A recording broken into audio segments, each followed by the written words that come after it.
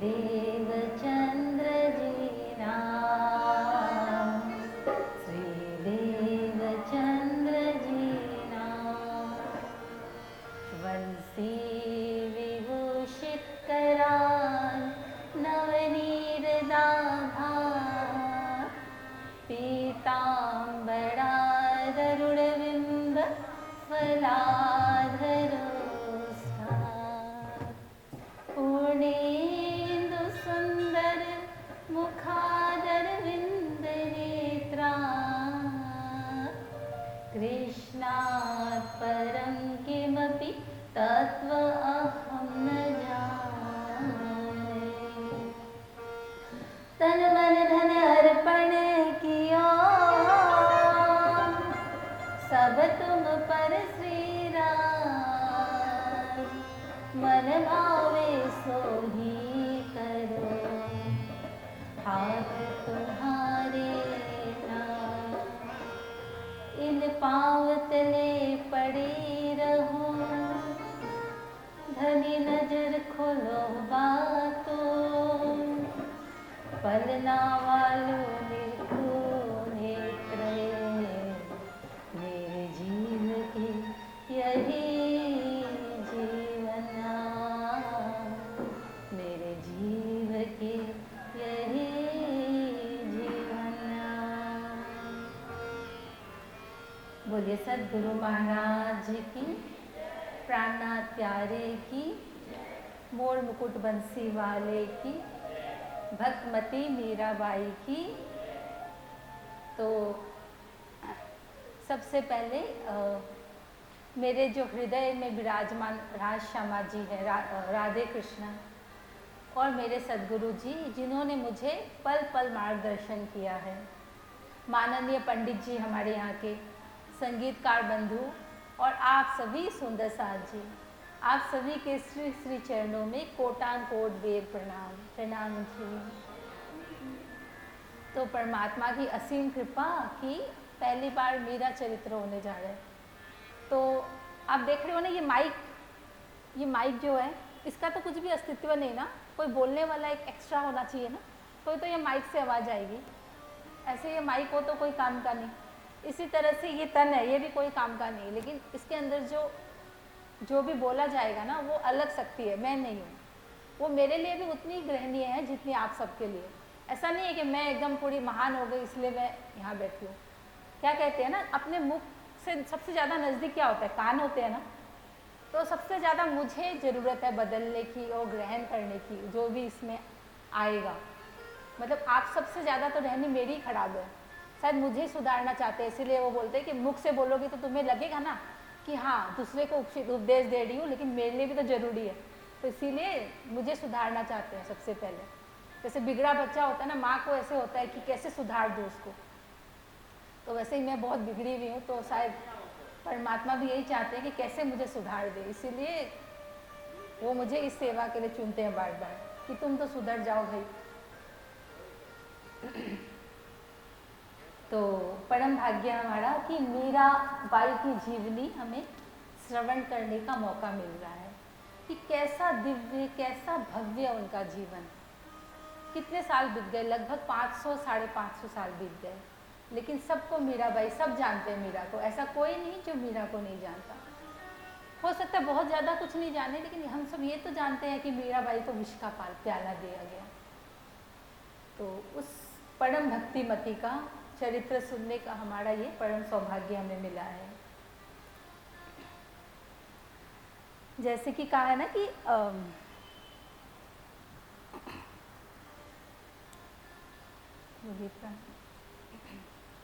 नाभा गोस्वामी जो है ना, वो जो भक्तमाल जिन्होंने लिखी है, वो कहते हैं सदृश्य गोपिका प्रेम प्रगट कलयुगी दिखावर हो। मतलब मीराबाई ने गोपी के जैसा कलयुग में प्रेम करके दिखाया। तो जैसे कि क्या होता है, जैसे जब भी भक्ति का नाम आता है ना, आप देखिएगा सबसे पहले गोपियों का नाम आता है। क्यों? क्योंकि देखो वो गृहस्थ में रही, गृहस्थ का उन्होंने सारा काम किया, लेकिन मन कहाँ रखा? मनमोहन के पास। वो वन नहीं गई, वो कहीं जंगल नहीं गई, लेकिन भीतर से उन्होंने संसार को छोड़ा, बाहर से नहीं। तो इसीलिए जैसे हम भी गृहस्थी है, तो वो गोपियों का मार्ग ही हमारे लिए अनुकरणीय है कि हमें भी गृहस्थ में ही रहना है जैसे गोपियों ने। तो उनको ना भक्ति मार्ग की आचार्य कहा है नारद मुनि ने गोपियों को, कि जिस मतलब यूनिवर्सिटी में बड़े बड़े ऋषि मुनि तपस्वी ना योगी यति मुनि जिस मतलब जहाँ पर पढ़ना चाहते हैं वहाँ की वो आचार्य है गोपियाँ। और एक संत ने कहा कि क्या गोपी प्रेम की ध्वजा जिन गोपाल कियो अपने वश उड़ धड़ी श्याम भुजा। तो मैं इसको विचार रही थी कि गोपी प्रेम की ध्वजा, ये तो ठीक है, जिन गोपाल कियो अपने वश। जैसे नहीं होता संसार में हम क्या कहते हैं, अरे इसने तो वश में करके रखा है, वो आदमी वैसा ही करता है जैसे ये बोलती है ना, जैसे बोलते हैं ना हैंड पैक्ड हस्बैंड, कि वो उठता है, वो पत्नी बोलती है तो उठता है, पत्नी बोलती है तो बैठते हैं, पत्नी जैसा बोलती है वैसा ही करती है, और किसी का वो सुनता ही नहीं है। तो देखो कैसा गोपियों ने प्रेम किया कि उन्होंने उनको वश में कर लिया। जिनका कोई पार नहीं पा सके, जिनको कोई प्राप्त नहीं कर सके, जिनका कोई दर्शन नहीं पा सके, लेकिन उन गोपियों की क्या महिमा सोचो कि अरे प्राप्त करना, दर्शन करना, वंदना करना तो दूर की बात, वश में कर लिया, मतलब कंट्रोल में कर लिया। जैसे होता है ना रिमोट कंट्रोल, मतलब पूरा गोपियों के पास उनका कंट्रोल है। तो कैसी विलक्षण भक्ति करी गोपियों ने। तो इससे ये बात तो सिद्ध हो जाती है कि गृहस्थी में रह के भी बहुत अच्छी से भक्ति होती है। क्योंकि बहुत जन यही मतलब उल्हाना देते हैं कि अरे गृहस्थी है हम लोग तो हम लोग से कहाँ होएगा। क्यों, ये तो हम लोग के पास में एक एग्जाम्पल है बहुत अच्छा। गोपियाँ जो है वो भी गृहस्थ में थी, आज तो फिर भी काम नहीं है। उस ज़माने में कितना काम था, कोई भी इलेक्ट्रॉनिक मशीनरी नहीं थी ना घर पे, कपड़ा धोने के लिए काम वाली भी नहीं आती थी पहले तो सारा काम, कितना काम कर के तो भी पनघट में पहुंच जाती थी दौड़ी दौड़ी। तू जब जब मुझको पुकारे मैं दौड़ी आऊं जमुना किनारे, तू जब जब मुझको पुकारे मैं दौड़ी आऊं नदिया किनारे, हर पल तेरा रास्ता निहारे दिल लगना तेरे बिना, मुझे सिर से लगा दे मुझे तू भी बसा ले मेरे भोले साथिया, तेरा दिल ले लिया मुझे दिल दे दिया, तेरा दिल ले लिया तुझे दिल दे दिया। मतलब दौड़ के जाती थी जमुना किनारे, जैसे ही बांसुरी की तान सुनती थी। वो प्रेम था ना, वो खींच लेता था। आज भी देखो संसार में जो प्रेम करते हैं, और या फिर प्रेम तो किया ही होगा सबने, लेकिन गलती कहाँ हो गई ना, उन्होंने अखंड से प्रेम किया, अविनाशी से प्रेम किया, पूर्ण से प्रेम किया। और हमने कहाँ किया प्रेम? संसार से किया, जड़ से किया, असत्य से किया, अपूर्ण से किया। इसीलिए बार बार दुख आता है। आज देखो मीरा को क्यों याद किया जा रहा है 550 साल बाद भी? क्योंकि उन्होंने प्रेम किया गिरधर गोपाल से। तो प्रेम तो हम भी करते हैं, लेकिन गलती हो जाती है, जड़ से कर लेते हैं, संसार से कर लेते हैं। तो अगर जब प्रेम संसार से होता है, जब असत्य से प्रेम होता है ना, तो उसे मोह कहा जाता है। और वही प्रेम जो होता है परमात्मा के चरणों में जब अर्पण होता है, तो ही वो सच्चा प्रेम होता है, तो ही वो पूर्ण कहलाता है। क्योंकि यहाँ तो अपूर्ण है ना, कोई कितना साथ दे सकता है हमारा, कितना ज़्यादा से ज़्यादा 50 साल साथ में रह सकते हैं, 60 साल, उससे ऊपर तो नहीं ना। लेकिन वो तो हमारे जन्म जन्म के मीत है। क्या कहा? जन्म जन्म का साथ है तुम्हारा हमारा, हमारा तुम्हारा, जन्म जन्म का साथ है तुम्हारा हमारा, हमारा तुम्हारा। अगर न मिले इस जीवन तो, अगर न मिलते इस जीवन तो, लेते जन्म दोबारा।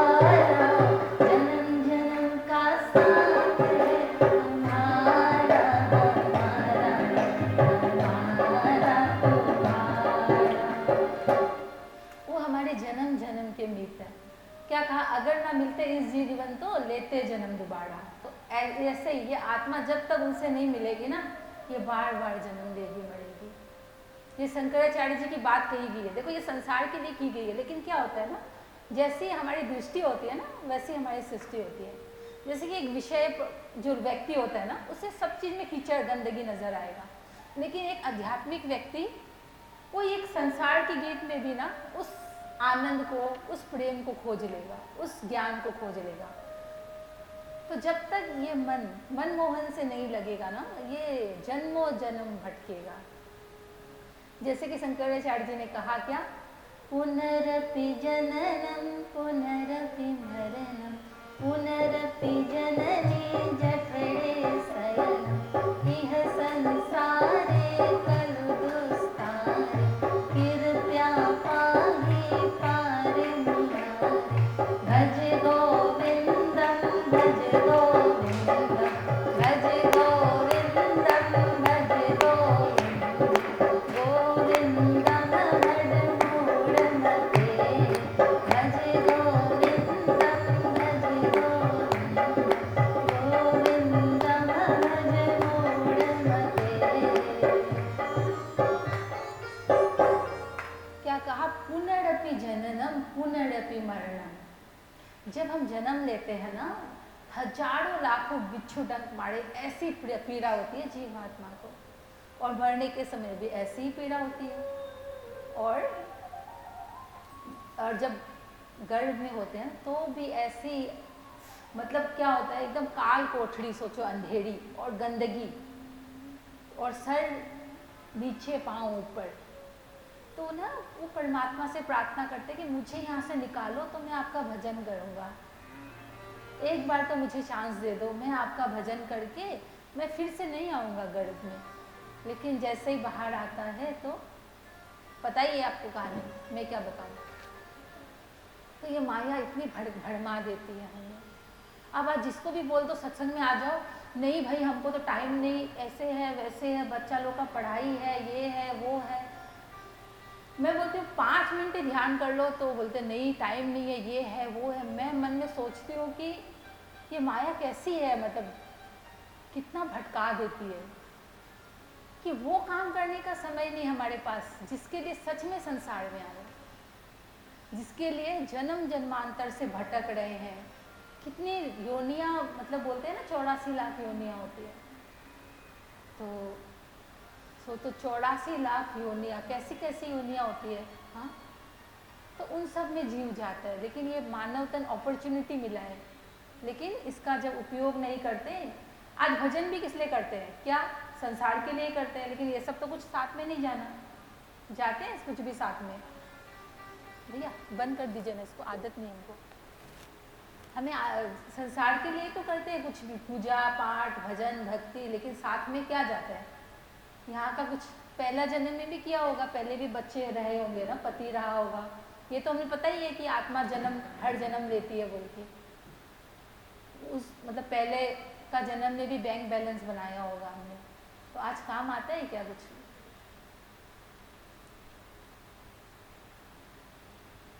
तो वैसे ही अभी का किया हुआ भी, कुछ भी संसार का जो किया हुआ है कुछ काम नहीं आना। पहले जन्म का आया नहीं, इस तो तब भी हमें समझ ही नहीं ये बात कि हमें तो कुछ लेके जाना ही नहीं यहाँ से। जो एक भजन रूपी पूंजी है ना, उसी को लेके जाना है। इसीलिए कहा कबीरा ये जग निर्धना, धनवंता न कोई, धनवंता सो ही जानिए, जाके कृष्ण नाम रतन धुन होए। तो ये अलौकिक खजाना हम भरने आए हैं यहाँ, लेकिन याद ही नहीं कुछ, क्योंकि हमें समझ ही नहीं कि सत्य से जुड़ने के बाद क्या रस होता है जीवन में, क्या आनंद आता है।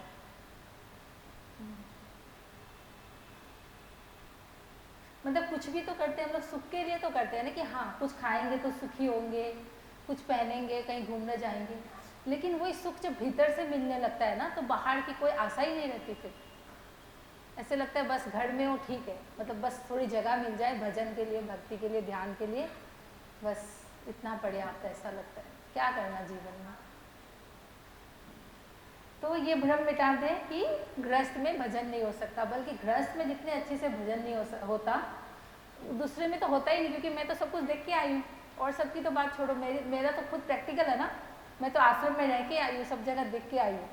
तो मेरे से अच्छे से ये बात कोई समझ ही नहीं सकता कि गृहस्थ में जितनी अच्छी से भजन हो सकता है, हो ही नहीं सकता और दूसरे किसी भी वर्ण आश्रम में। तो अब जो गोपियाँ थी वो भी गृहस्थी थी, तो इससे हम लोग क्या कर सकते हैं ना, इससे हम रिलेट कर सकते हैं गोपिया से, कि उन्होंने सारा संसार का काम किया है ना, परिवार का काम किया, लेकिन मन में क्या रखा, एक मनमोहन को रखा। गोपियों के लिए क्या कहा है, लाए समाधि रहे ब्रह्मदेव, योगी भय पर पार न पाए, भोर के साँझ ही साँझ के भोर ही, शेष सदा हित नाम रटाए, ढूंढ फिरे तेरे लोक में सारे, ढूंढ फिरे तेरे लोक में सारे, नारद लेकर वीणा गाए, ताहि आहि पिछो हरिया, छछिया भर छाछ पे नाच रचाए, ताहे आहि पिछो हरिया, छछिया भर छाछ पे नाच रचाए। लाए समाधि रहे ब्रह्मादि, योगी भय पर पार न पाए, भोर के साज ही साज के भोर ही, शेष सदा हित नाम रटाए। मतलब जिन पूर्ण ब्रह्म परमात्मा को सब ढूंढ ढूंढ के, सब प्रयत्न करके हार गई, वो जो गोपियाँ है, जो अनपढ़ है, जो कुछ जानती नहीं है, वो छछिया भर छाछ से वो कन्हैया को नचाती है। छछिया जानते हैं ना, जैसे इसको देते हैं तो यहाँ पर जो जगह आती है ना, वो खट्टी छाछ, तो गोपी क्या कहती है कि मतलब मैं एक छछिया छाछ तुम्हें पिला दूंगी तो क्या करोगे, तो ठुमका देके नाचूंगा। तो सोचो, तो किसका बल है, क्या वो छाछ के भूखे हैं, क्या वो प्रेम के भूखे हैं। तो उस प्रेम के बंधन में ही उन्हें बांधा जा सकता है, और किसी बंधन में वो बंधने में नहीं आते। हम कितने भी 56 पकवान उनके सामने रखे, लेकिन हृदय में प्रेम नहीं ना, तो वो नहीं स्वीकार करते। लेकिन हृदय में लबालब प्रेम है, तो देखो विदुरानी के छिलके भी तो खा लिए। तो इससे समझ आता है ना कि वो क्या चीज़ के भूखे हैं। वो ये नहीं देखते कि आपने थाल कैसा सजाया है, कितना व्यंजन है उसमें, क्या माल है, अरे वो तो उन्हीं का दिया हुआ है। लेकिन वो हृदय की विशुद्ध भावना जो है, आपकी प्रेम जो है ना हमारा, वो चखते हैं, उसी के वो ग्राही है, उस भाव के। तो हम क्या मतलब उनको बोलते हैं कि मतलब कहते हैं ना कि आप इतना का काम कर दो, मैं आपको प्रसाद चढ़ा दूंगी। मामूड़ा दे कर दे पूड़ी हलवा बांटूंगी, मामूड़ा दे कर दे पूड़ी हलवा बांटूंगी। अरे जिसने सब कुछ दिया है उसको क्या, उसको भी वहां पर भी रिश्वत खोरी, सोचो उनके दरबार में भी वही सब कुछ देने वाले हैं, हमारी क्या औकात थी। तो ये प्रेम का बल है, ये प्रेम का प्रभाव है, ये प्रेम का प्रताप है। फिर कहा कि गोपियों के समान मीराबाई ने प्रेम करके दिखाया। कब दिखाया? कलयुग में। अब बहुत जन क्या बोलते हैं कि कलयुग है भाई, भजन तो नहीं होता। लेकिन शास्त्रों ने तो इतनी महिमा गाई कलयुग की। यत् फलम नास्ति तपसा न योगेन समाधिना, तत्फलम लभते समय कलो केशव कीर्तना। कलयुग केवल नाम आधारा, सुमिर सुमिर नर उतरहि पाड़ा। और भी कितने ही उदाहरण हैं जिसमें कहा कि कलयुग सबसे श्रेष्ठ है। तो हमारे तो बहाने ही खत्म नहीं होते। आज ही मैं ध्यान कर रही थी तो मुझे एक बात मिली, क्या कि जैसे कि एक छोटा बेबी होता है ना, वो मतलब नहीं पढ़ूंगा नहीं पढ़ूंगा। पढ़ने के टाइम, ट्यूशन के टाइम क्या होता है, मुझे सुसु आ रही है, मुझे पोटी आ रही है, मुझे खाना खाना है, मुझे भूख लग गई, मुझे खाज हो गया। लेकिन माँ क्या कहती है, पढ़ ले मुझे। तो ऐसे ही जो परमात्मा है वो कहते हैं कि अरे भजन कर ले कर ले कर ले, किसी भी तरह से किसी भी माध्यम से मेरे से जुड़ जा। लेकिन हम क्या कहते हैं, नहीं नहीं अभी ये काम है वो काम है, ऐसे हो गया वो हो गया। तो हम लोग छोटे बेबीज़ हैं जो हमें समझ ही नहीं आता कि कितना ज़रूरी है आत्मा का कल्याण करना। देखो अभी हम लोग सब कुछ करके आए हैं घर पे, समझो हमने डिग्रीज प्राप्त कर ली, सब कुछ कर लिया, समझो बहुत धन संपत्ति है। लेकिन अभी की अभी आत्मा निकल के चल जाए तो शरीर से इतना कुछ किया, सब पानी। ऐसे तो बोलो तो 2 मिनट टाइम नहीं हमारे पास, लेकिन अभी की अभी अगर आत्मा निकल जाए शरीर से तो कभी हमने बिछाड़ा ही नहीं। हमें तो संसार बिचारने से फुर्सत नहीं। अगर संसार से फुर्सत मिले तो ही तो अपना कल्याण बिचारे हम, लेकिन अपना कल्याण के लिए हमें नहीं फुर्सत। इस गीता में कहा क्या, उद्धरेत आत्मना आत्मानं न आत्मानं अवसादयेत् आत्मेव आत्मनो बन्धुर् आत्मेव रिपुरात्मना। अभी मेरा कथन नहीं, गीता का है। क्या कहा कि अपने द्वारा अपना कल्याण करो, क्योंकि तुम खुद ही स्वयं अपना कल्याण कर सकते हो। तो हम स्वयं ही अपना कल्याण कर सकते हैं। हम क्या चाहते हैं, अपने जीवन का उत्कर्ष चाहते हैं, उत्थान चाहते हैं, श्रेष्ठता चाहते हैं जीवन में, तो और कोई नहीं, हमें ही करना होगा ना, और कोई नहीं कर सकता। और हम खुद ही अपना पतन कर सकते हैं और खुद ही कल्याण कर सकते हैं। तो हमारे ऊपर चॉइस है कि हमें क्या चाहते हैं जीवन में। जन्मों जन्मांतर तक भटकना चाहते हैं, बार बार मिर्ची, जैसे होता है ना रेस्टोरेंट में जाते हैं, वेटर को क्या ऑर्डर करते हैं, समझो मिर्ची का पकोड़ा ऑर्डर किया, अब वेटर लेके आ गया मिर्ची का पकोड़ा, अब हम लोग वेटर के ऊपर गुस्सा कर रहे हैं, उसका मिर्ची का पकोड़ों को खा रहे हैं और मुख जल रहे हैं। तो हम जो आज है ना वो हमने मांगा हुआ है, क्योंकि जैसी हमारी इच्छा होती है ना वैसे ही हमें मिलता है, प्रकृति से और परमात्मा से। जैसी इच्छा होती है वैसे ही परमात्मा बोलते तथास्तु, तुम्हें ये चाहिए तो ठीक है, इसी में खुश रहो। तो अब तक संसार को मांगा ना, तो संसार यही है, मिर्च का पकोड़ा।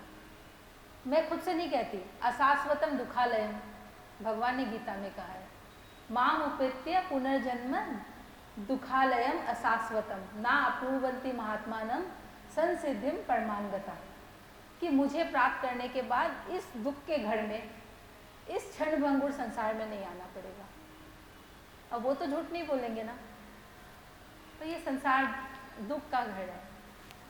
जैसे कि भोजनालय में भोजन मिलता है, औषधालय में औषधि, विद्यालय में विद्या, ऐसे ही दुखालय जहाँ पर दुख ही मिलता है। देखो हर एक चीज़ के पीछे, सुख के पीछे दुख है। हम विचार करें बचपन से आज तक, कहाँ सुख है। जब छोटे थे बोलते थे पढ़ाई करो पढ़ाई करो, जब नौकरी होगी तब सुख होगा। जब नौकरी मिल जाती है तो लगता है अब शादी होगी तब सुखी होंगे, अब शादी हो जाती है तो लगता है ये राम पहले ठीक था, फिर लगता है बच्चे हो जाने से क्या पता सुख हो जाए, अब बच्चा भी हो जाता है, लगता है बच्चा बड़े हो जाएंगे तो सुखी हो जाएंगे, अब बच्चे बड़े भी हो जाते हैं, फिर लगता है बहू आएगी तब सुखी होंगे, तो वो पाँव दबाएगी, सेवा करेगी, और फिर बहू भी आ जाती है, लेकिन वो लड्डू नहीं मिलता हमें सुख वाला। क्यों? क्योंकि अभी तक संसार में खोजा ना उस लड्डू को। तो सुख हमारे भीतर है, आनंद का स्रोत हमारे भीतर है। जैसे कि एक कथा सुनी है आपने बुढ़िया माई की, जो सुई गुम गई थी। एक बुढ़िया माई थी, उसकी सुई गुम गई थी, तो कोठरी में घूमी थी अंदर अंधेरे में, और वो बाहर में सुई ढूंढे जा रही है। बच्चे लोग ने कहा कि क्या हुआ बुढ़िया माई, तो बोले मेरी सुई गिर गई। अब बच्चे लोग ने भी ढूंढा बाहर, तो पूछा क्या हो गया, सुई, बोले कि कहाँ खोया था सुई, तो बोले अरे वो तो अंदर कोठरी में खोया था अंधेरे में। तो बोले जहाँ घूमी है ना वहाँ ही मिलेगा। तो ये सुख जो आनंद है ना, ये भीतर से हमने खोया है। ये आत्मा जन्म जन्मांतर से प्यासती है। तो जब तक इसकी प्यास नहीं मिटेगी ना, अब हम जैसे बाहर में ढूंढते हैं, वो बुढ़िया माई सुई बाहर ढूंढ रही थी ना, ऐसे ही हम सुख बाहर ढूंढ रहे हैं, लेकिन मिलेगा भीतर। तो भीतर के अंदर अपने ढूंढना पड़ेगा सुख, बाहर नहीं मिलेगा। बाहर तो धोखा है सुख के नाम पर। जैसे माया है ना, वो मार्केटिंग बहुत अच्छी करती है, तो ये मार्केटिंग है सारी माया की, लेकिन प्रोडक्ट अच्छा नहीं होते उसके। जैसे कि एक हिरन होता है ना, उसके नाभि में कस्तूरी होता है, लेकिन पूरे जो राजस्थान के रेत है ना उसमें ढूंढते रहता है, दौड़ते रहता है कि कहाँ मिलेगा, और पूरा जीवन खो जाता है, लेकिन रहता है उसके कस्तूरी जो है नाभि में। ऐसे ही हमारा जीवन है, सुख को बाहर ढूंढ ढूंढ के पूरा जीवन देखो लगा देते हैं। अगर देखो हम लोग संसार में सुखी होते तो सबसे जो वृद्ध व्यक्ति होता है, जो सबसे बड़ा होता है, जिसने सब कुछ कर लिया, पूरा भाग दौड़ कर लिया, बच्चे भी कर लिए, पोता पोती सब है, देखो सबसे अकेला है वो। क्यों है भाई? संसार को में तो पूरा समय दिया आपने, तो कमाया भी है, सब कुछ किया भी है, बच्चों का लालन पालन भी किया है, सब कुछ किया है, तो सुखी रहना चाहिए उसको तो सब कुछ करके, है ना। क्योंकि देखो ये आत्मा की प्यास है, तो भजन नहीं किया ना, इसीलिए वो दुखी होते हैं। कि समय रहते जागे नहीं, समय रहते परमात्मा के चरणों में अनुराग नहीं किया, प्रेम नहीं किया। बहुत जन बोलते हैं भजन बुढ़ापा में करना चाहिए। अब बुढ़ापा में कैसे भजन हो? जैसे कि एक कागज है, अब इसमें इतना कुछ लिख दिया तो और कैसे लिखा जाए? तो उसी तरह से जब वृद्ध हो जाते हैं हम, तो हमारी चित्त जो है वो पूरा मलिन हो जाता है। अब दूसरे जन्म की तैयारी हो चुकी होती है तब तक, अब ये पॉसिबल हो नहीं पाता कि हम भजन में लगे। लेकिन उपाय क्या है? भ्रम भी यही होता है। पहले तो क्या होता है ना, हमें लगता है संसार में सुख है, युवा अवस्था में, थोड़े से बड़े होने से भी। अब क्या होता है, वृद्धावस्था में जाके समझ में आता है कि संसार में सुख नहीं। लेकिन तब तक क्या होता है, लेट हो चुकी होती है, तब तक अलग जन्म की तैयारी हो चुकी होती है। क्योंकि पहले से मन लगाया नहीं परमात्मा में, तो उस समय लगता नहीं है। Practice makes a man perfect ना, तो प्रैक्टिस तो किया नहीं उसका कभी भी। इसीलिए तो अगर दुखों से हम छूटना चाहते हैं और परम आनंद की ओर मुड़ना चाहते हैं, तो उन श्री चरणों का ही हमें आश्रय लेना पड़ेगा। इसीलिए क्या कहा,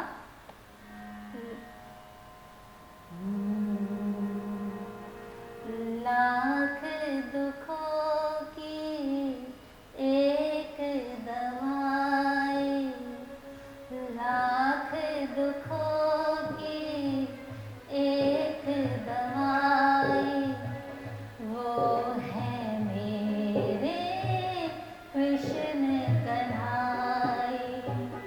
लाख दुखों की एक दवाई, लाख दुखों की एक दवाई, वो है मेरे कृष्ण कन्हाई, वो है मेरे कृष्ण कन्हाई। भज कृष्ण कृष्ण भज कृष्ण कृष्ण भज कृष्ण कृष्ण भज कृष्ण, भज कृष्ण कृष्ण भज कृष्ण कृष्ण भज कृष्ण कृष्ण भज कृष्ण।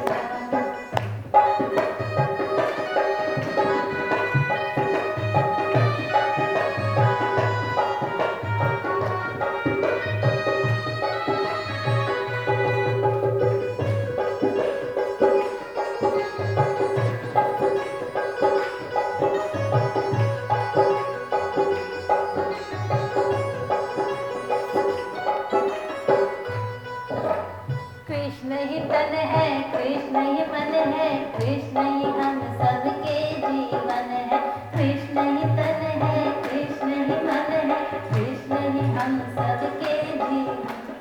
कृष्ण ही तन है, कृष्ण ही मन है, कृष्ण ही हम सबके जीवन है। कृष्ण ही तन है, कृष्ण ही मन है, कृष्ण ही हम सब। कृष्ण राज है, कृष्ण श्याम है, कृष्ण ही मेरे चार धाम है। कृष्ण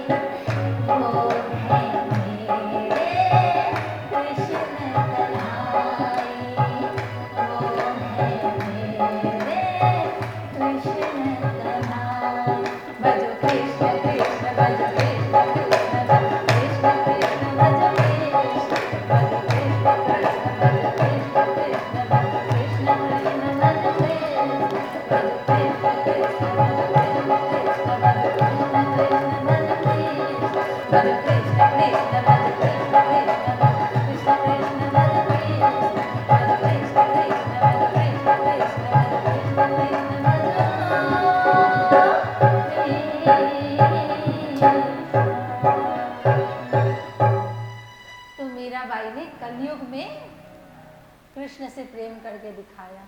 तो ये बहाना भी नहीं चलेगा, अब हम ये बहाना मार दे। पहले ये बहाना था कि गृहस्थी है, अब गृहस्थी वाला बहाना भी अब बोल दिया नाभा जी ने कि ये भी नहीं चलेगा, क्योंकि गोपियों ने भी गृहस्थ में ही रह के किया। अब दूसरा बहाना कलयुग है। अब कलयुग, मीराबाई, सूरदास जी, कबीरदास जी, रैदास जी, प्राणनाथ जी, देवचंद्र जी, जितने भी थे सब कलयुग में हुए हैं। ये सतयुग द्वापर त्रेता की बात ही नहीं है, सब कलयुग की बात है। जितने भी जो भक्त हुए, नामदेव जी, तुकाराम जी, तो जितने भी बड़े बड़े संत हुए ना, सब कलयुग में हुए। सूरदास जी, तो ये भी गया, ये बहाना भी गया हमारा। बच्चा होता ना, जैसे ये हो गया वो हो गया, तो अब टीचर ने बोला कि ये बहाना भी नहीं चलेगा, जाओ दूसरा बहाना लाओ।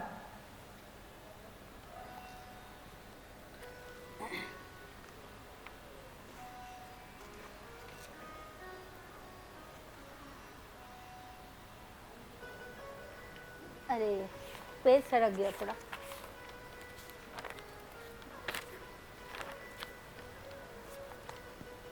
आगे कहा क्या, निरअंकुश अति निडर रसिक रस रसना गायो। निरअंकुश मतलब किसी का अंकुश नहीं माना। मतलब क्या होता है, अब भजन कर रही थी ना वो, तो सबने बहुत अंकुश लगाया, सबने बहुत रोका, सबने बहुत टोका, सबने बहुत बदनामी करी, लेकिन किसी की बात नहीं सुनी। हमारे साथ इतना बीत जाता जो मीराबाई के साथ, इतना क्या, इतना सा बीत जाए थोड़ा सा, ऐसा भगवान का क्या करना जिसके लिए इतना सुनना पड़े। लेकिन जिसने सुना तो आज देखो उसकी चरित्र हम लोग सुन रहे हैं, उसका नाम जग में आज तक रोशन है।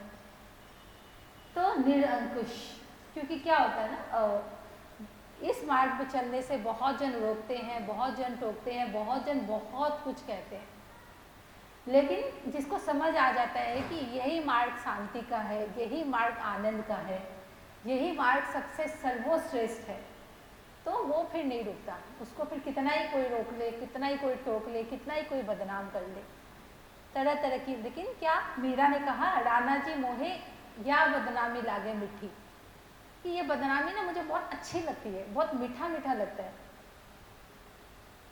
क्योंकि क्या है ना, कुछ तो लोग कहेंगे, लोगों का काम है कहना, छोड़ो बेकार की बातों में कहीं बीत न जाए रहना।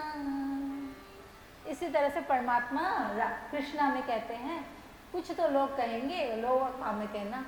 ये बेकार की बातों में पड़ी रहोगे तो पूरा मानव तन जो है सारा समय बर्बाद हो जाएगा। तो वहाँ पर तो उस चीज़ को तो छोड़ ही देना चाहिए। दो कान इसलिए है कि कोई बदनामी करे तो एक कान से सुनो और दूसरे से, क्योंकि हमें पता है ना ये सही मार्ग है, ये श्रेष्ठ मार्ग है। जिसको ये पूरा दृढ़ हो जाता है ना, फिर वो तो नहीं भटकता, चाहे दुनिया लाख भटकाने की कोशिश करे। जैसे कि एक सखी क्या कहती है, नी मैं श्याम मनाना नहीं, चाहे लोग बोलिया बोले, नी मैं श्याम मनाना नहीं, चाहे लोग बोलिया बोले, नी मैं श्याम मनाना नहीं, चाहे लोग बोलिया बोले, चाहे लोग बोलिया बोले, चाहे लोग बोलिया बोले, चाहे लोग बोलिया बोले, चाहे लोग बोलिया बोले, नी मैं राजन आना नहीं, चाहे लोग बोलिया बोले, नी मैं राजन आना नहीं,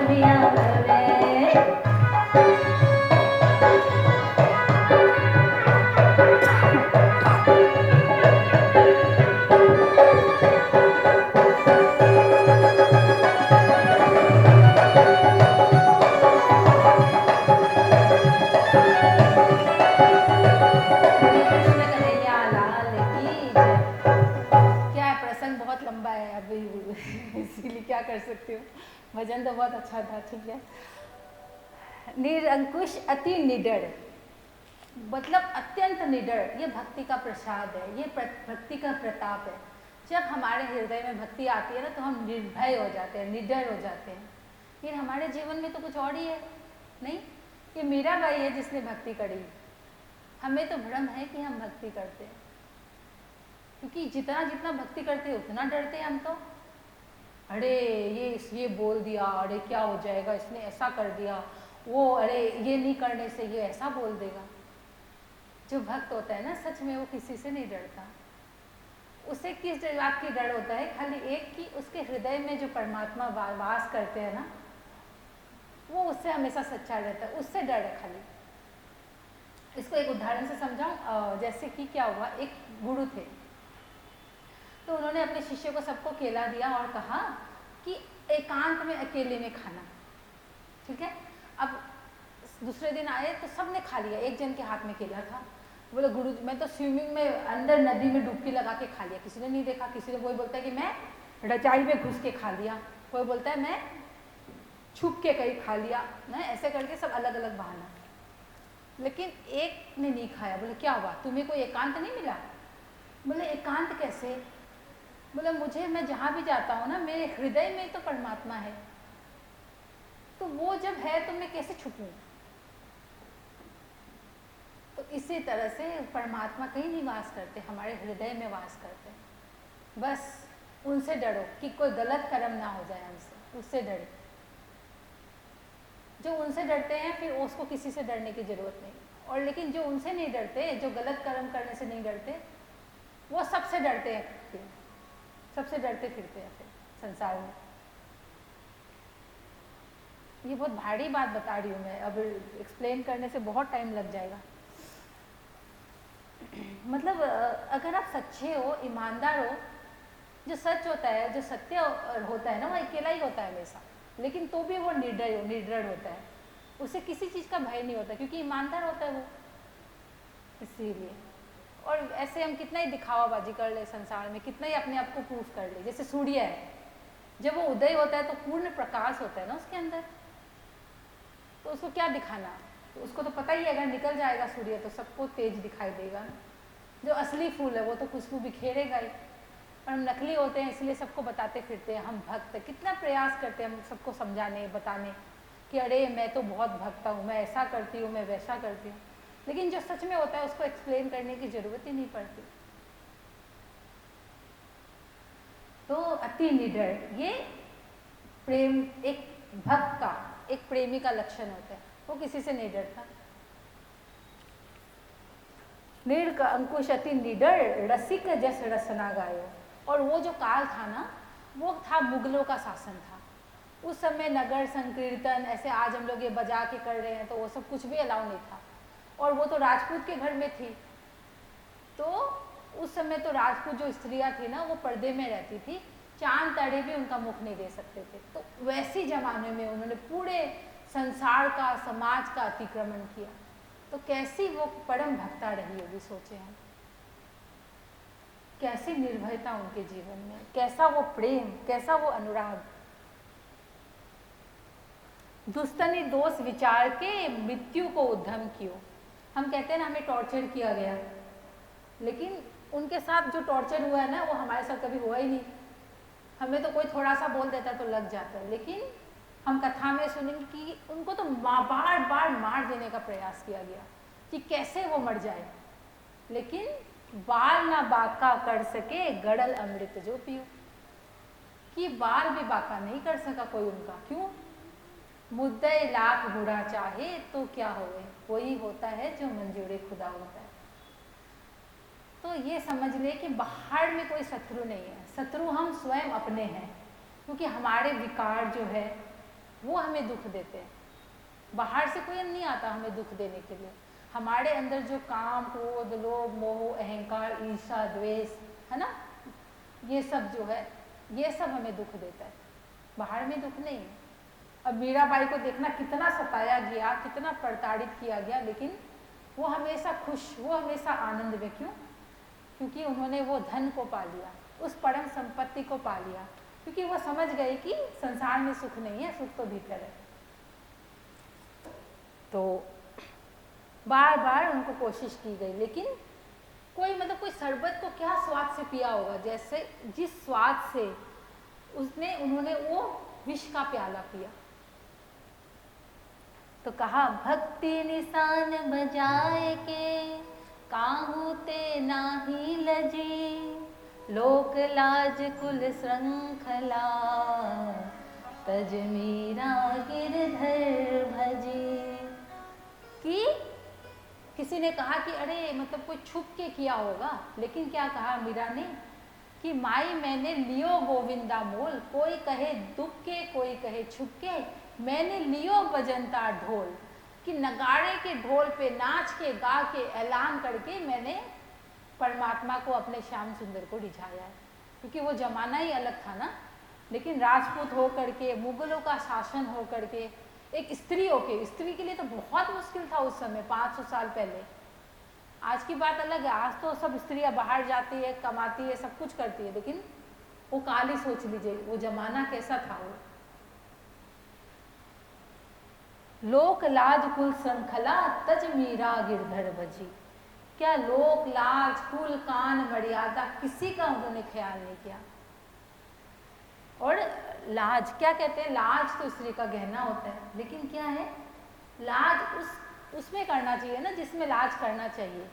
जैसे कि आज हमें सिगरेट पीने में कोई लाज नहीं आता, दारू पीने में कोई नहीं लाज आता, छल कपट कुछ भी करने में लाज नहीं आता, लेकिन भजन करने में बहुत लाज आता है। सच में ये संसार बहुत लाज देता है। मैं भी छोटी थी ना, लोग सच्ची में मेरे से हंसते थे कि अरे ये देखो 18-20 साल की लड़की कहाँ कहाँ जाके गाती है, नाच मतलब भजन गाती है, सब हंसते थे मेरे ऊपर। तो ये तो मैं भी मतलब मुझे भी समझ है ये बात कि ना बहुत ऐसा लगता है कि नहीं, जो भजन करता है वो बैकवर्ड है, मतलब उसके पास या तो कोई काम नहीं, या तो वो दुखी है, या तो उसके पास धन की कमी है, संपत्ति की कमी है, इसलिए भजन। जैसे कि अभी थोड़ा दिन पहले की बात है, मैंने एक बहन को बोला बहन आप सत्संग में आइएगा। नहीं अभी तो सब ठीक है, जब टेंशन होएगा तब आऊँगी मैं। मतलब इंतजार है कि कोई दिक्कत नहीं आए ना, उसके बाद ही मैं भगवान में लगूंगी, उसके पहले मैं नहीं लग सकती। जैसे बेबी बताया ना, वो बेबी अलग अलग बहाना ढूंढते हैं, तो ऐसे ये सब बेबीज है।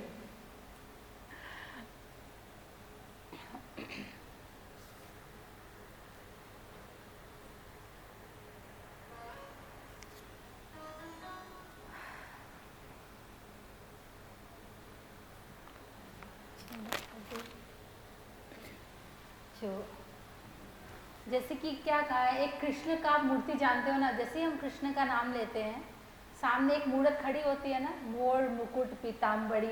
हाँ, राम का नाम लेते हैं तो राम की मूर्त सामने आती है। तो ऐसा मैंने फील किया कि अगर कहे कि कृष्ण भक्ति की मूर्त कैसी है, प्रेम की मूर्त कैसी होगी, श्रद्धा की, समर्पण की मूर्त कैसी है, तो मुझे लगता है कि वो जो शिल्पीकार है ना, वो और कुछ नहीं, वो मीरा का चित्र बनाएगा। ऐसा प्रेम उन्होंने गिरधर गोपाल से किया।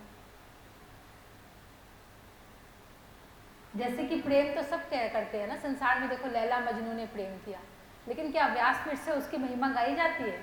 रोमियो जूलियट, हीर रांझा, और भी कौन कौन, शशि पुन्नू।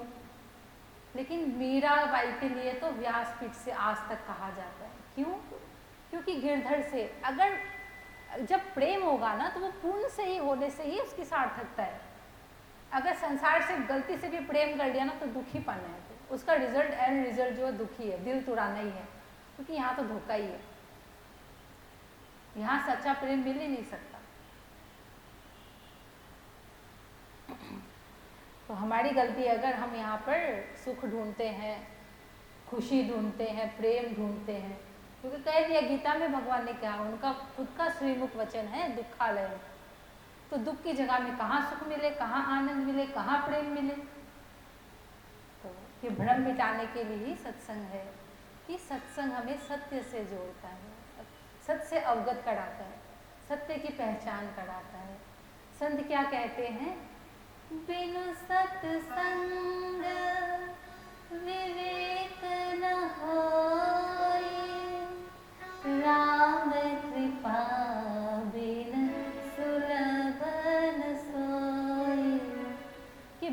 सत्संग विवेक न होए राम कृपा बिन। सत्संग के बिना विवेक हमारा जागृत नहीं होता। बोले क्यों? हम लोग तो जागे हुए हैं भाई, कथा में आए हैं। जागे हुए हैं लेकिन एक तरह से सोए हुए ही है, क्योंकि जो जाग जाता है ना उसे, जैसे कि बच्चा होता है ना, वो नींद से जाग जाता है तो उसे भूख का पता चलता है ना कि खाया नहीं है, पिया नहीं है, लेकिन नींद में तो कुछ पता नहीं चलता उसको। तो उसी तरह से हमें अपने आत्मा की भूख का पता ही नहीं, हमें पता ही नहीं कि संसार में हम क्या करने आए हैं और क्या कर रहे हैं। तो इसीलिए हम जागे हुए नहीं, सोए हुए हैं। इसीलिए क्या कहा? जाग जाग रे आत्म कब से हुई है वो। जाग जाग रे आत्म कब से हुई है वो। आँख खुली ना तेरी, तेरे घर में घुसे हैं चोर। आँख खुली ना तेरी, तेरे घर में घुसे हैं चोर। जाग जाग रे आत्म कब से हुई है वो। जाग जाग रे आत्म कब से हुई है वो। आँख खुली ना तेरी, तेरे घर में घुसे हैं चोर। आँख खुली ना तेरी, तेरे घर में घुसे हैं चोर।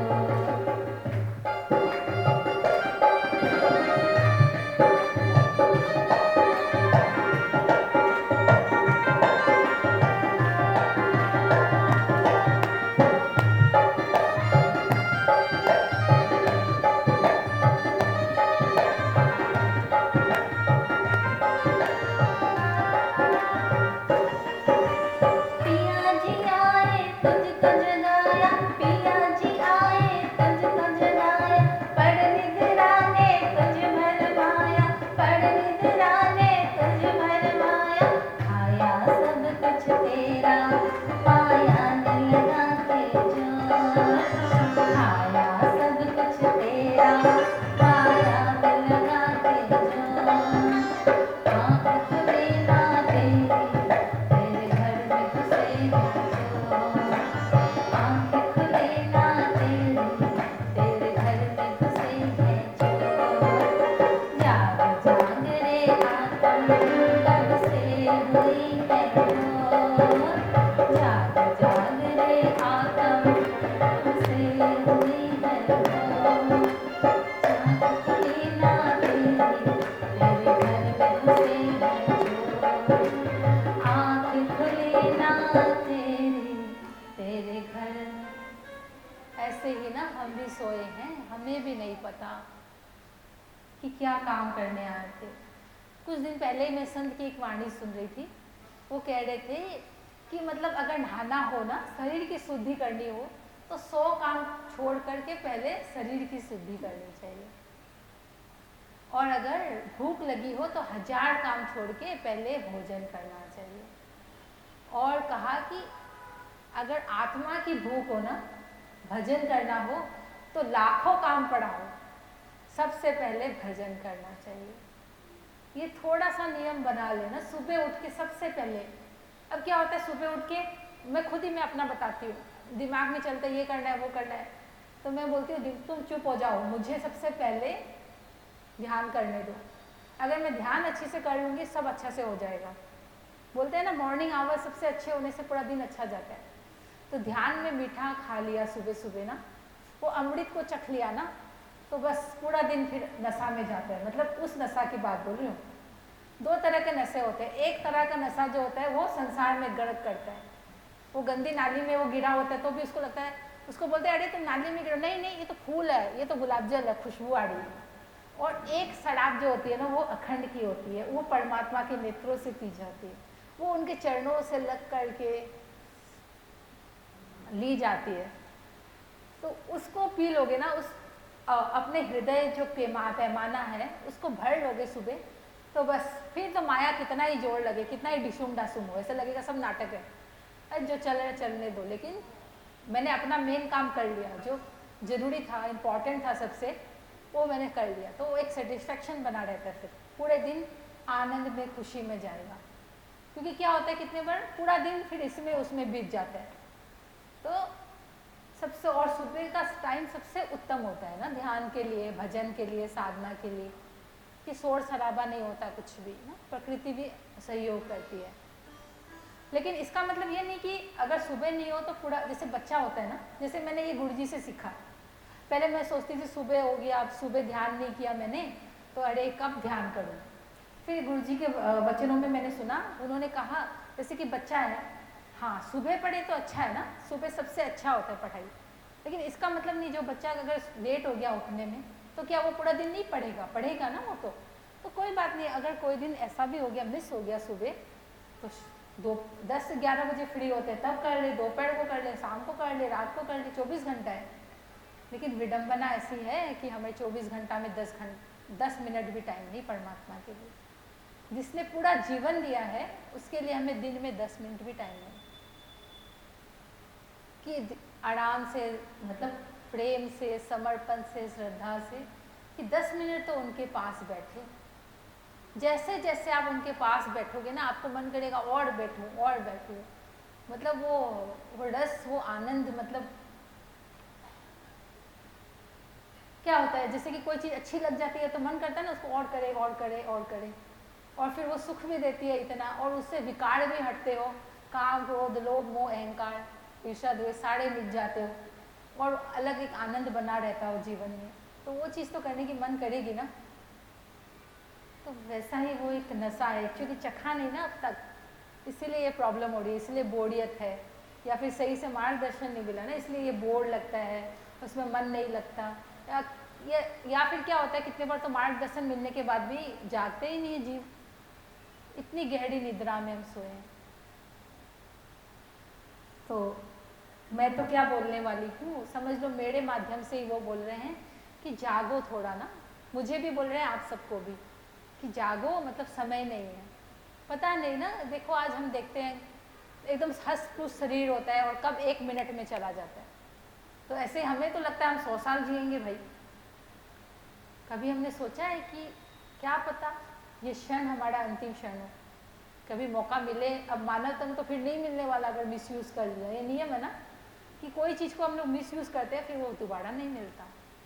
जैसे कि हमारे बच्चा है कोई, मेरी बात समझ आ रही है, मैं समझा पा रही हूँ ना? क्योंकि अगर समझ आई नहीं आए तो फिर क्या फ़ायदा। मतलब ये ज़रूरी है कि मैं समझा पाऊँ बात को, क्योंकि ये नहीं है कि मुझे कथा करना है, मुझे समझाना है। मतलब अगर मैं पूरी कथा नहीं करके भी थोड़ा सा भी मैं समझा पाऊँ तो मैं समझती हूँ वही सार्थकता है। तो कहाँ थी मैं तो ये भूल गई। जैसे कि बच्चा है, अब बच्चा बाजार में गया, आपने बोला कि ये सामान ला के दे दो। अब वो बच्चा इतना नालायक कि एक भी सामान आपका बोला हुआ नहीं लाया, सारा अयासियों में पैसा उड़ा दिया सब कुछ। तो दूसरी बार बाजार बंद नहीं भेजोगे ना, पैसा देके विश्वास नहीं होगा ना। वैसे ही परमात्मा ने मानव तन दे के भेजा है उस अखंड खजाना, उस धन को प्राप्त करने के लिए, भजन करने के लिए। लेकिन हम इतने नालायक कि उनका बोला हुआ तो एक भी काम नहीं किया। जैसे कि वो बच्चा है ना अय्याश, वैसे ही हम भी। फिर वो क्या कहते हैं, बीती जाए उमरिया तेरी, बीती जाए उमरिया तेरी, नाम जप ले, नाम जप ले हरि दो हरि। ओ बीती जाए उमरिया तेरी, नाम जप ले हरि दो हरि। श्वासों का न कोई भरोसा, श्वासों का न कोई भरोसा, तुमने समझा उमर है बड़ी, नाम जप ले हरि दो हरि। तुमने समझा उमर है बड़ी,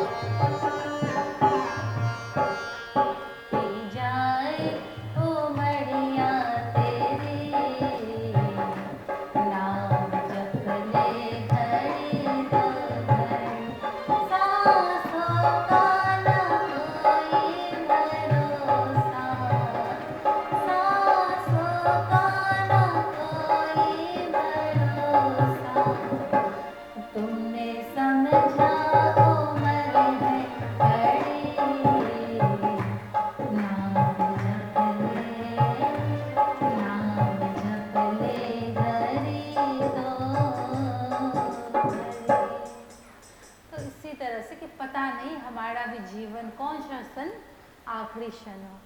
एक संत है, उन्होंने क्या कहा, दो बातों को भूल नहीं, जो चाहे कल्याण, नारायण एक मौत को, दूजे श्री भगवान।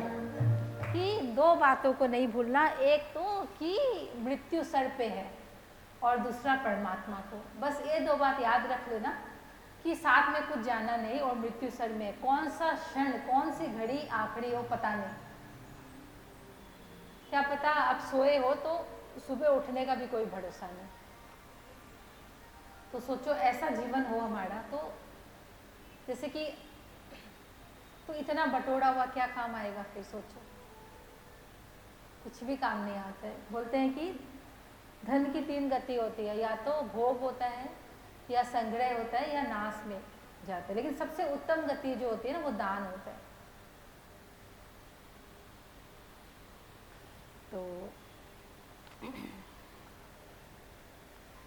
तो मीराबाई जी तो परम गई गढ़िमा मई। जैसे कि आइडल होता है ना, आइडल, जैसे कि आजकल क्या हो गए, हम तो इतने भटके हुए हो गए ना कि हमारे रोल मॉडल्स कौन है? एक्टर एक्ट्रेसेस है। बचपन से ही उनको ही देख देख के हम बड़े होते हैं। लेकिन पहले का ज़माना और कोई होता था। पहले जो दादी होती थी, नानियाँ होती थी ना, वो बच्चे को ऐसे भी कहानियाँ सुना सुना कर ना, भक्तों का चरित्र सुना के, भगवान की कथा सुना सुना के इतना संस्कार अंदर भर देती थी। लेकिन आजकल का तो नानी दादी का ही नहीं पता, तो फिर बच्चों का तो क्या दोष। तो जो अब ये कहते हुए बहुत गौरव हमें अनुभव होता है क्या, कि मीराबाई कहाँ की थी? हाँ, कहाँ की थी? नेपाल की? हाँ, मेवाड़, हाँ, राजस्थान की थी ना। तो ये मतलब सोचते ही कितना गर्व होता है ना। और देखो, भक्तों में अगर नाम आता है, कृष्ण भक्त में सबसे पहले मीरा का नाम आता है, और वो भी हमारे मेवाड़ की, राजस्थान की। तो कितना गौरव का बात है। सोचो, हमारी कुल की, हमारी धरती की, तो हम क्यों पीछे रहे उनसे? हम भी कुछ सीखे ना उनसे, हम भी आगे बढ़े, कुछ भक्ति में, कुछ ध्यान में, कुछ भजन में, कुछ वैसा प्रेम कुछ हम भी करके दिखाएं।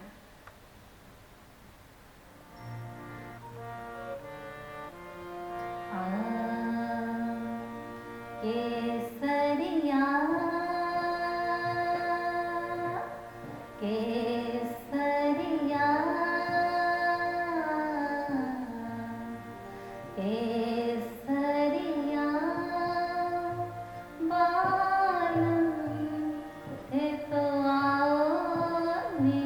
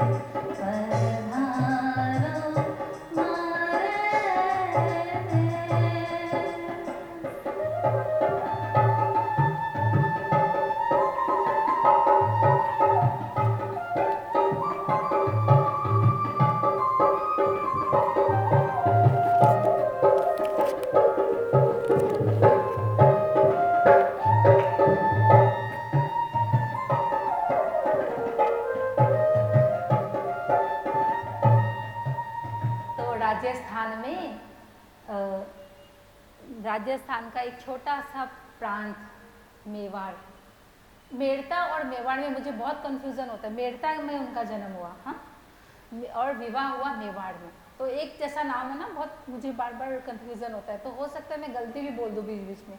और ऐसे भी आप सबसे छोटी हूँ, ज्ञान में भी, उम्र में भी, सब रहनी में भी, तो मुझे माफ़ कर दीजिएगा क्योंकि बार बार गलती होगी। ये मैं पहले ही बोल चुकी मैं बहुत कंफ्यूज होती हूँ मेड़ता में और मेवाड़ में। तो मेड़ता में उनका जन्म हुआ। जो उनके दादाजी थे ना, वो अत्यंत सूरवीर थे। तो विक्रम संवत 1552 में ना उन्होंने मेड़ता अपने उसमें कर लिया था, कब्जे में। पहले वो मुगलों के उसमें चला गया था। तो बहुत सूरवीर थे। लेकिन आज क्या बढ़ाइए, कब कैसे याद कर रहे हैं हम कि मीरा के दादाजी। तो भक्ति हमेशा सर्वश्रेष्ठ है। अब ये याद थोड़ी कर रहे हैं कि वो अत्यंत सूरवीर है, महाप्रतापी है, क्षत्रिय है, असुरों मतलब दुष्टों का संहार किया उन्होंने, मुगलों से युद्ध किया, लोहा लिया। याद क्यों कर रहे हैं? मीरा के दादाजी। तो रावरुदा जी तो अत्यंत प्रतापी राजा थे। और क्या था ना, उनके यहाँ पर पास ही पुष्कर पड़ता है मेड़ता के। तो मेड़ता के तो क्या था, जो पुष्कर जाते थे ना, पुष्कर तो साढ़े संत जाते थे, तो पास ही था मेड़ता। तो वो बोलते मतलब जो भी संत वहाँ आते ना, तो रावदुदा के पास भी आते थे क्योंकि वो परम भक्त, भगवान भक्त थे, संतों के भक्त थे, संतों की सेवा किया करते थे। तो संत वहाँ जाते थे। तो संतों में दूर दूर तक ये बात थी कि अगर पुष्कर जाओ तो मेड़ता जरूर जाना रावदुदा के यहाँ। तो सब संत वहाँ पर आते जाते रहते थे। और मुझे लगता है जैसे कि ये संतों की सेवा का ही प्रताप था, उन्हीं का ये प्रसाद था कि मीरा रूपी वो दिव्य पुष्प अवतरित हुआ, जो तीनों लोकों में जिसने कृष्ण कथा रूपी अमृत का प्रसार किया। जैसे कि एक फूल होता है ना, वो उसकी खुशबू चारों तरफ फैल जाती है, तो वैसी है जो भक्त का चरित्र होता है ना, उससे ना भगवान की खुशबू आती है। भक्त जो होता है ना, वो फूल जैसे होता है और उससे खुशबू आती है भगवान की। भक्त का जो जीवनी हमें प्रेरित करता है कि हमें भी भजन में लगना चाहिए। जैसे कि होता है ना, जैसा संगत वैसी रंगत। अब संसार की संगत करेंगे, विषय लोगों की संगत करेंगे तो वैसा ही असर पड़ जाएगा। और अपने जीवन का उत्कर्ष चाहते हैं, कल्याण चाहते हैं, तो इन्हीं भक्तों का ही संग करना पड़ेगा। उन्हीं की चरित्र को, उनकी जीवनी को ही हृदय में धारण करना पड़ेगा, उसी को जीवन में चरितार्थ करना पड़ेगा। जैसे कि पहले का जो युग था ना, वेदों का, रामायण का, भागवत का, पहले क्या था ना, जैसे रामायण पढ़ के जो राम के चरित्र होता है ना, उसको अंदर भरा जाता था कि कैसा उनका आदर्शमय जीवन, तो हमारा जीवन भी वैसे ही आदर्शमय हो। तो ये परंपरा थी हमारी भक्ति की। लेकिन आज क्या करते हैं, हृदय में तो रावण है और प्रणाम करते हैं राम को। जो रावण का पुतला होता है उसको जला के हम खुश हो जाते हैं, लेकिन ये प्रतीक है। रावण को, पुतला को नहीं जलाना होता है, हमारे हृदय में बैठा रावण को जलाना है। जैसे कि रावण को तो जला के आ गए, लेकिन तब भी अगर पर स्त्री में क्रूर दृष्टि है तो मतलब रावण ही तो है ना अंदर। वैसे वाइस वर्षा लेडीज के लिए भी, तो अंदर की बुराई को नाश करना है, बाहर से नहीं कुछ करना। तो ऐसा था। तो वो चरित्र हमें, मीरा की जीवनी जो है वो कहानी नहीं सुननी, उस जीवन से हमें कुछ प्रेरणा लेनी है ताकि हमारा जीवन भी वो भव्य बने, वो दिव्य बने, है ना। हमारे जीवन की भी कुछ कुछ ऐसी गरिमा हो, हम भी अपना जीवन का उत्थान कर सके, उद्धार कर सके, कल्याण कर सके। इसीलिए सुनना है। ऐसा नहीं कि बस सुन लिया और पल्लू झाड़ के, होता है ना पल्लू झाड़ कथा, क्या कहते हैं उसको, बचपन से सुनते आई। मैंने बचपन से एक बात सुनी थी, क्या कि एक कथा होती है ना, ये सब जीवन में उतारने का नहीं होता है सब कुछ भी, एक कान से सुनो और सब भूल के आ जाओ घर में। लेकिन जब मैं खुद आध्यात्मिक बनी और मैंने जीवन में धीरे धीरे कोशिश की ना उतारने की, तो मैं जानती हूँ ये सब में कितना सुख है, कितना आनंद है। संसार में आप कितना ही भोग लो, कितना ही कुछ कर लो, कुछ नहीं मिलने वाला। लेकिन इस रस को चख लिया ना, तो ये सब, ये नहीं है कि सुन लिया और बस इधर की उधर कर दी, बस ऐसे ही। ये है, यही असल खजाना है जिसको गांठ बांध के रखना है, जिसको अपने जीवन में धारण करना है, तो ही हम अपने जीवन का कल्याण कर सकते हैं, तो ही हम सुखी हो सकते हैं। आज मैं जन जन का जीवन में देखती हूँ कितना भारी दुख है। जो गरीब है वो दुख है तो कोई बात नहीं, अमीर लोग ज़्यादा दुख है। बेचारे गरीब जो होते हैं वो मेहनत करके रात को सो तो जाते हैं 2 रोटी खा करके, तो लेकिन सब कुछ जिसके पास है ना वो ज़्यादा दुखी है। जिसके पास नौकर चाकर है, घर है, सब कुछ है, वो बोलते हैं मेरे पास तो करने के लिए है नहीं, मैं क्या करूँ, वो ज़्यादा डिप्रेशन में है। देखना आप भी कोई बहुत ज़्यादा जो धनवान होता है व्यक्ति, उसको देखना, बेचारा उसको रात को नींद नहीं आती, वो डिप्रेशन के पिल्स खाता है। तो गरीब को तो फिर भी ये भ्रम है कि भाई पैसा हो जाएगा तो मैं सुखी हो जाऊंगा, लेकिन अमीर बोलेगा मैं क्या करूं, मेरे पास तो पैसा भी है तो भी मैं दुखी हूं बहुत ज़्यादा। तो मैं इसलिए ये बात बोल रही हूँ कि आप सबके भी, अगर हमारे जीवन में भी हम लोग सोचते हैं ना कि पैसा से सुख है, तो ये भ्रम ही है बस। अगर ऐसा लगता है तो देख ले एक बार ना, जिसके पास पैसा है एकदम निकट जाके उसको देख ले और एग्जामिन करे कि सच में वो दुखी है या सुखी है। आपको वो दुखी मिलेगा अगर आपके पास वो दृष्टि है, वो ज्ञान की ना, वो चक्षु है विवेक का, तो आपको समझ में आ जाएगा कि अरे इससे दुखी तो कोई नहीं, इससे अच्छा तो ऐसा धन तो नहीं है चाहिए, ज़्यादा धन, क्योंकि जितना ज़्यादा धन होगा वो उतना ज़्यादा विकार की तरफ हमें ले जाएगा, उतनी ज़्यादा वो। इसीलिए क्या कहा कबीर जी ने, साई इतना दीजिए जहाँ में कुटुंब समाए, मैं खुद भूखा ना रहूं कोई संत ना भूखा जाए, कि मुझे तो बस उतना ही चाहिए।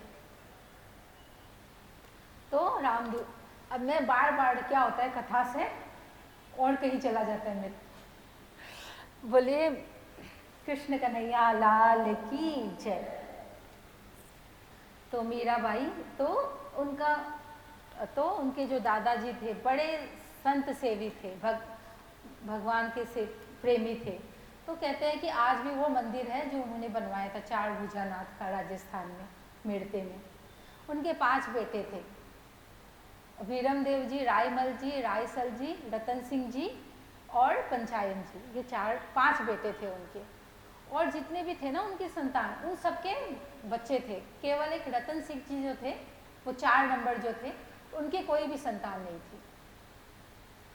तो अब क्या होता है ना कि जैसे कि कोई स्पेशल होना होता है, कुछ अच्छा होना होता है, तो थोड़ा वेट करना होता है ना, तो उनको भी वेट करना पड़ा, क्योंकि मीरा, अब जैसे कि यशोदा मैया का प्रसंग आता है क्या, उनके भी बहुत साल तक कोई संतान नहीं थी, फिर बाद में कृष्ण उन्हें मिले ना बेटे के रूप में।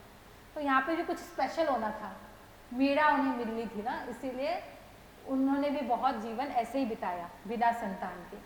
सब कुछ था लेकिन कोई संतान नहीं थी, संतति नहीं थी। तो कोई शुभ घड़ी में उन्होंने गर्भ धारण किया। उनकी माता का नाम था वीर कुंवरी, लेकिन उन्हें झालीबाई कहते थे। क्यों? क्योंकि वो झालवाड़ की थी। जैसे कि मीरा जो थी वो मेड़ता की थी ना, तो देखना भजन में भी आता मेड़तनी मेड़तनी, क्योंकि क्या होता था, वो राज घराना था, तो दास दासिया सबको बुलाना होता था। अब नाम से तो नहीं बुला सकते, मीरा तो नहीं बुला सकते ना दास दासिया सब, तो वो बुलाते थे मेड़तनी शाह। तो इसी तरह से ये वीर कुंवरी था नाम उनका, लेकिन सबको इनको झाली जी बुलाते थे, झालीबाई। तो अब क्या हुआ, जब उन्होंने गर्भ धारण किया ना, और उनके यहाँ तो संत आते जाते रहते थे, तो राव दूता ने क्या किया ना, एक बार एक वृंदावन से संत आए थे, तो उन्हें भागवत आती थी बहुत अच्छी से। तो उन्होंने कहा कि देखो अभी तो मेरी जो पुत्र वधू है वो गर्भवती भी है, तो आप एक काम करें ना, आप भागवत की कथा करें। तो बोले भागवत की कथा 2 तरीक़े से होती है, एक तो साप्ताहिक होती है और एक अपने मर्जी से करते जाओ, जब पूर्ण होगी तब होगी। तो उन्होंने भागवत की कथा करी, और जो उनकी जो माता थी ना झालीबाई जी, उन्होंने 10 महीना भागवत सुना। ऐसा ही प्रसंग आता है ना क्या, कि जो प्रहलाद है ना, उनकी माता थी क्यादु, उन्होंने भी 9 महीना नारद जी का सत्संग सुना था। नारद जी के आश्रम में रही थी वो भी। तो इसका क्या मतलब हुआ कि जो गर्भ में बच्चा होता है तो वो ग्रहण करता है, तो उस समय माता ने जैसा विचार लिया होगा मन में, तो वैसा ही पुत्र होता है, वैसी ही पुत्री होती है।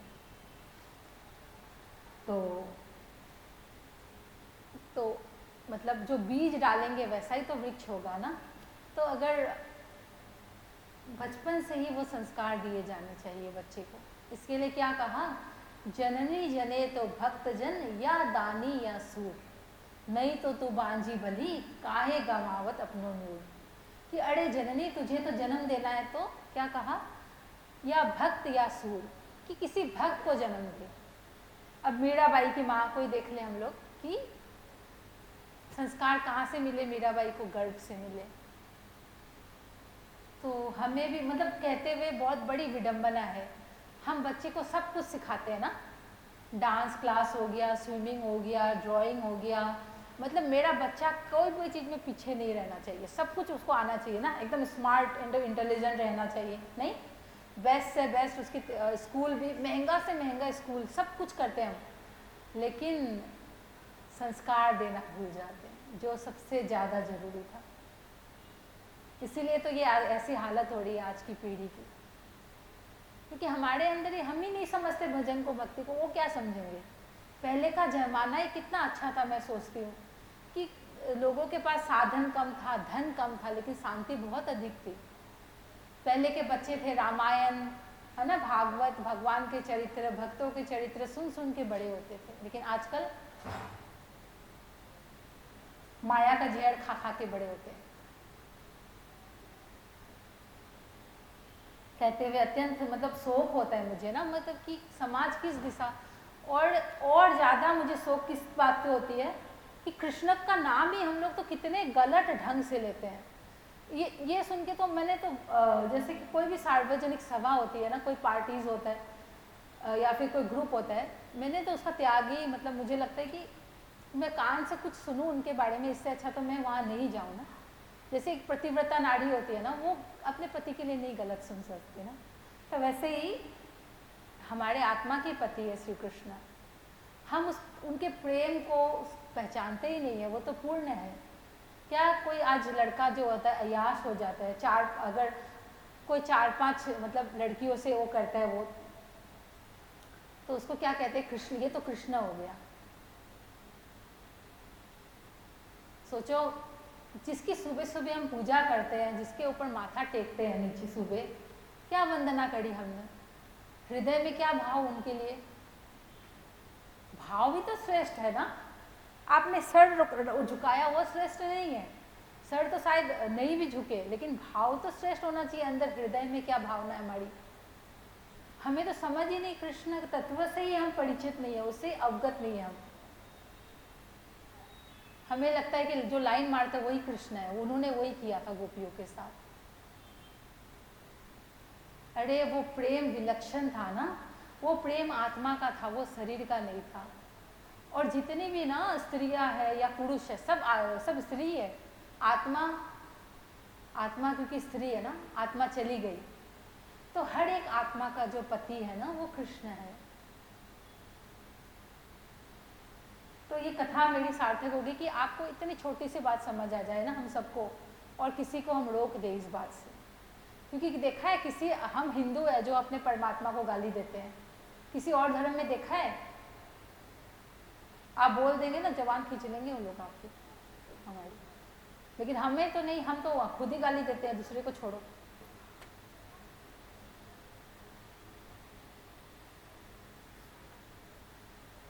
कैसे कैसे गाने होते क्या, और को मैं करूँ तो अभी तो खैर बोलना भी सही नहीं, मैं व्यासपीठ में बैठी हूँ, लेकिन एक मर्यादा होती है कि कैरेक्टर ढीला है। क्या था, राधा कैसे ना जले, राधा और गोपियाँ जो है वो एक ही तो है, जैसे सूर्य और किरण अलग थोड़ी होती है।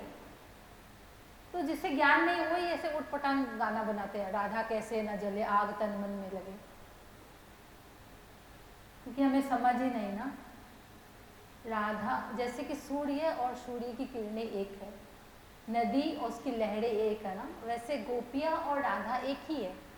राधा ने ही अपना विस्तार किया है गोपियों में, तो वो उनसे अलग है नहीं तो वो कैसे जले। और जलता कौन है? जो अपूर्ण होता है ना, जो अज्ञानी होता है, जिसके अंदर विकार होता है, वो जले। साक्षात राधा रानी जलेगी किसी से?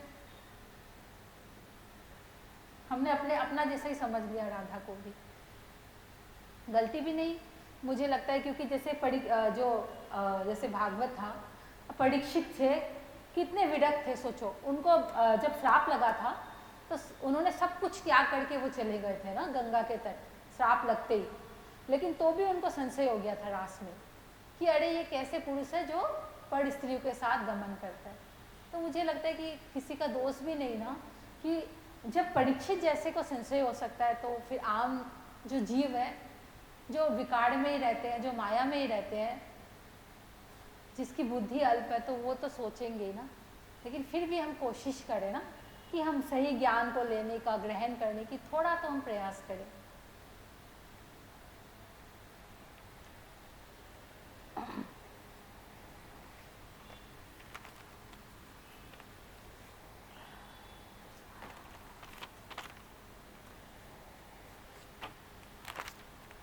तो 10 महीना उन्होंने गर्भ भी कहा कि उन्होंने भागवत सुनी।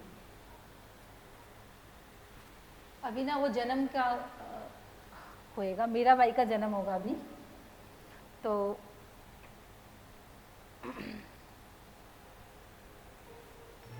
तो विक्रम संवत 1561 आश्विन पूर्णिमा को मीराबाई जी का जन्म हुआ।